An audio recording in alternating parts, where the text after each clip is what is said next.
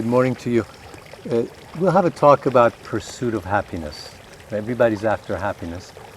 Let's see what a wise person would do in pursuing happiness. Number one, the ingredients of happiness, what are they?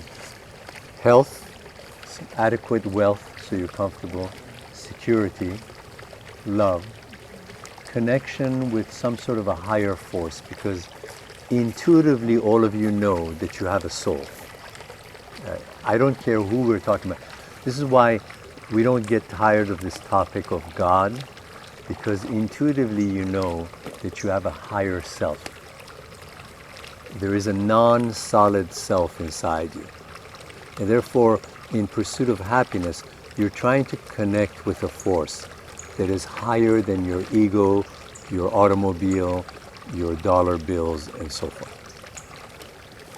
Ingredients of happiness: health, wealth, love, connection with that force, also success. You know, if your life doesn't entail progress on a daily basis, whichever part of your life is not progressing, it's going to stagnate and get depressed. So in a sense, we have no choice but to push various parts of our life into a progressive mode. Let's talk about some of these. First of all, out of 8.5 billion people on Earth, the majority are trying to achieve happiness through acquiring external things. External things feel really good to your five senses, your mind, and your ego. And the bad news is, whenever you're trying to satisfy your five senses, your mind, and your ego, you won't be able to. Why? Because the five senses are designed to want more 10 minutes after you give them the gift. So you can buy the greatest watch in the world. You can be sure the next day if you walk by a store, your eyes are going to catch another watch. That's just the way they're designed. But this is the problem. Out of 8.5 billion people, most people are adamantly pursuing external objects in order to become happy. And ancient yoga, which is 8,000 years old, says, my dear friend, I love you, but that's not going to work, because your five senses are not going to stop wanting. And your mind is like this little bird that flies from branch to branch. It's not going to stay put and be satisfied with one watch. Don't even try that. And therefore, if we believe that it's not possible to achieve contentment through automobiles, watches, dollar bills, all of those are good, but if we're seeking longer lasting contentment and we're wise, we're going to change the angle and look for something internal. So we'll talk about some of these internal things. Number one, progress. Just the way that this water is flowing right now, everything in nature moves. Even the atoms that make up this world, the atoms are moving all the time. So movement is a major law of nature. If movement is a law of nature, then your life has to be moving. In other words, if you're in romance, that romance has to be moving and growing. If you have a yoga studio, the studio has to be moving and evolving. Same thing with your hairdresser shop, whatever. Nothing can stay still, because staying still breaks the laws of nature. So the first internal law is called progress. If you want happiness and contentment, you have to continue moving towards progress in any field, in any endeavor, in any relationship. That's one. Number two, if you think about your life, your daytime is spent on an endeavor, an activity. Your nighttime is usually spent with a mate. I'm saying usually. So I'm not talking about a particular sexuality. It could be two ladies who are life partners. It could be two men. Doesn't matter. But your daytime is spent on activity. The nighttime is spent with love. So two of the most important decisions you can make in your life. Number one, for your daytime, have you picked an activity that suits your God-given talents, your nature as a human being, and something you enjoy and passionate about. If you have, that's going to fill up all of your days.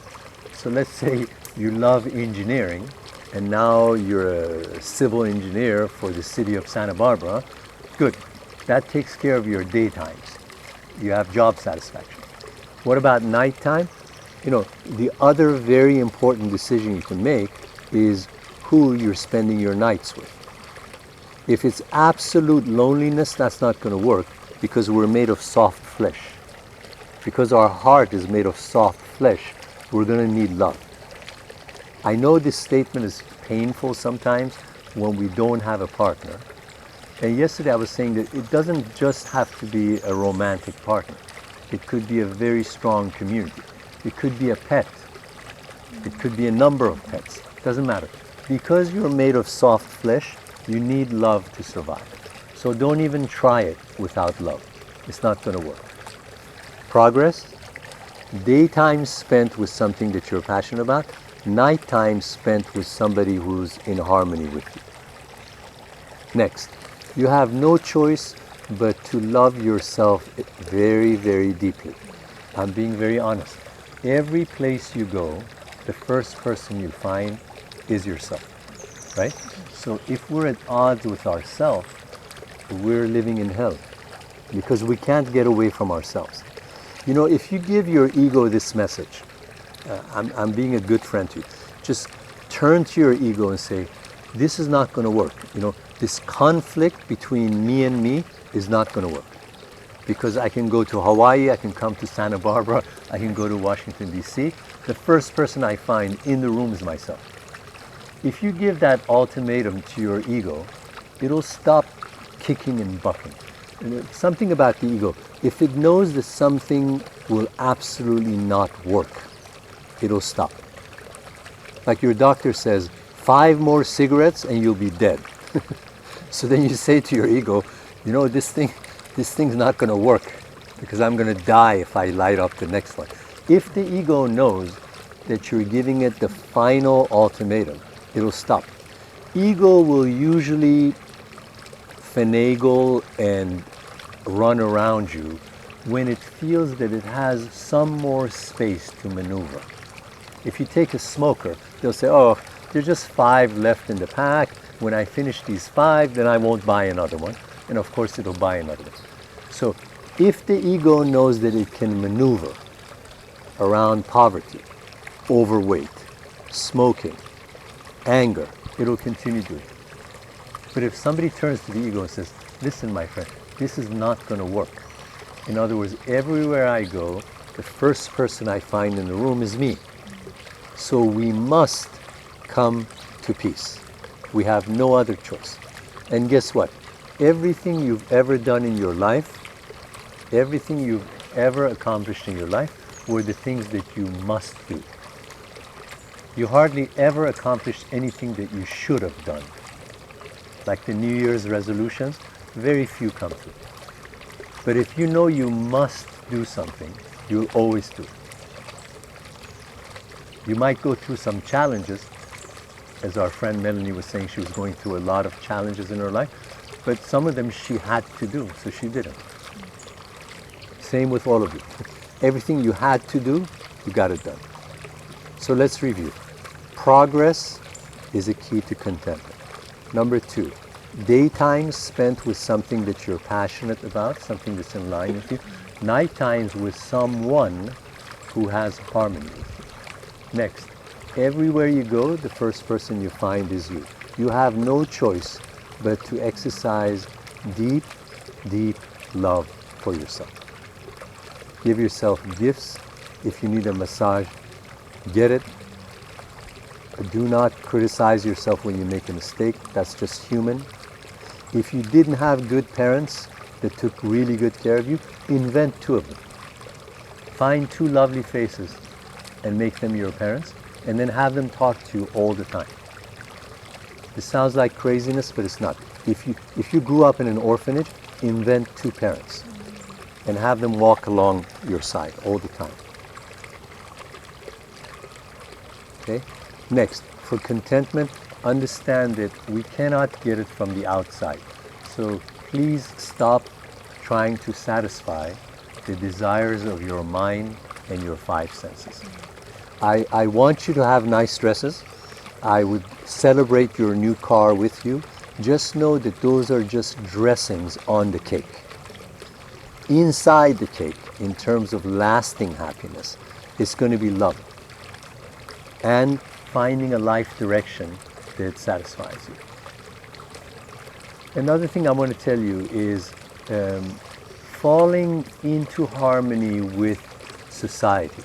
In other words, if your life can uplift other people, you will quadruple the amount of contentment that you have. I was in Washington, D.C. the week after this recent election. All the city was very nervous. 750,000 women marched down on Washington. Anybody who went to the streets of Washington that day was just sobbing with passion and love. In other words, the amount of coherence was unbelievable. People were offering each other apples, soups, hugging each other. Everybody was crying. It was love times 750,000. It was really incredible. So what if you could find some movement that seems authentic to you and meaningful? Anything from children in an orphanage, dogs who have been abandoned, whatever. You give yourself to some social cause and your energy will quadruple. If you've got a hairdresser's shop, do 2 free hairdos for really poor people a month. Or a little teenage girl who doesn't have parents. Do it. Then the hairdressing shop will start to flourish. Why? Because your energy flourishes. Why? Because you're made of soft flesh, so you need to connect with other people who are human. It cannot be done in isolation. It brings contentment. And you know, I think life is not that complicated. If you think about just the wisdom of the ages, life is not that complicated. You know, love yourself. If you had no parents, invent them. Become aligned with your community. Don't go after the five senses because they'll want more and more. You know, buy enough shoes and dresses, but know that those five senses are not going to be satisfied. Another thing I want to tell you that's happening in the world right now, because people are under this illusion that they can satisfy the senses and the mind, they're going after 2 things that are illusionary. Number 1, instant gratification. So instant, you know, the person who designed my website said, Kambiz, as a Kriya Yoga meditation master, you have to design your website so that you can promise bliss in 18 seconds. If you do not promise bliss in 18 seconds, they're going to leave your website. She was very serious. She was an expert. She said you have to promise enlightenment and bliss in 18 seconds because that's what the attention span is. It's like, what do? You're teaching this 8,000-year-old science, you know, and you're supposed to turn to one of the ancient sages called Patanjali and say, dear Patanjali, we've come to a point where I have to promise your teachings in 18 seconds or else they're going to leave my website. It's called instant gratification. It doesn't work. You know, we keep changing sexual partners. It doesn't work. It keeps getting worse because you're looking for instant gratification instead of building the relationship. The other thing is avoidance of pain. If you look at what's happening to spirituality right now, everybody's going after happy, happy, happy, happy. Let's get on a yacht. Let's get some hula hoops. Let's hula hoop until Hawaii, and we'll do some yoga in the middle. And if we're happy, happy, happy, then that's spirituality. Spirituality will make you happy, you know, but avoidance of pain is the formula, the opposite of growth. All of you know that every time you've grown, you've stepped out of your comfort zone. That's a fact. The first year of your marriage, you had to try really hard to put 2 eyes into a we. So that's pain. The first year you opened up your business, it was touch and go. You were wondering how you're going to pay your mortgage. Okay? So you're walking out of your comfort zone and there's pain involved. So avoidance of pain and instant gratification, which the world is gravitating towards, they don't work.